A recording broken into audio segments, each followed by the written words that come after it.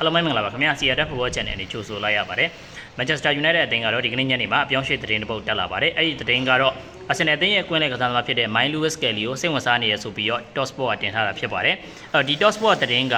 Talksport သတင်းဌာနကပေါ့နော်လုံးဝကိုစိတ်ချရတဲ့သတင်းဌာနတော့မဟုတ်ဘူးပြောမယ်ဆိုလို့ရှိရင်ဗျာ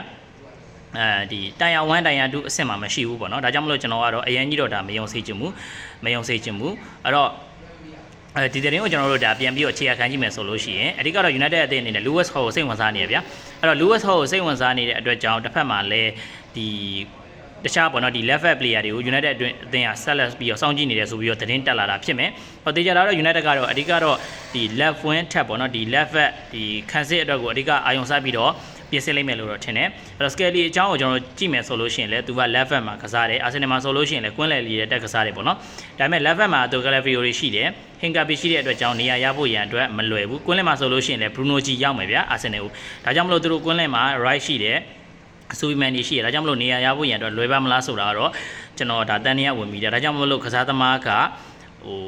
ပြောင်းခြင်းမလားဆိုတာထက်ပေါ့နော်ဒါသူနေရာမရနိုင်တဲ့အတွက်ကြောင့်ပြောင်းရွှေ့လာတာလည်းဖြစ်ကောင်းဖြစ်နိုင်တယ်ဒါပေမဲ့တစ်ဖက်ကပြန်တွေးကြည့်မယ်ဆိုလို့ရှိရင်လည်း Arsenal အသင်းကသူတို့ရဲ့မှဒီလိုမျိုး Academy Trap Player လေးကိုရောင်းမှမလားဆိုတာတော့ကျွန်တော်တန်နေရဝင်ပြီးတယ်အဲ့လိုပဲ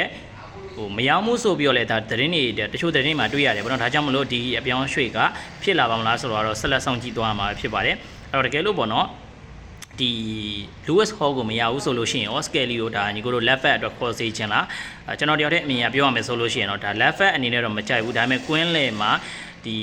ကွင်းလယ်အတွက်လည်းသုံးမယ်ပြီးရင် left back အတွက်လည်း versatile ဖြစ်တယ်ပေါ့ဗျာဖေချမ်းလည်းကစားနိုင်တယ်ပြီးရင်ကွင်းလယ်လည်းတက်ကစားနိုင်တယ်ဆိုလို့ရှိရင်တော့ဒါကြိုက်တယ်ဒါပေမဲ့ကျွန်တော်တယောက်တည်းအမြင်အရတော့ Lewis Hall ကိုအရင်ရအောင်ခေါ်စေချင်ပါတယ်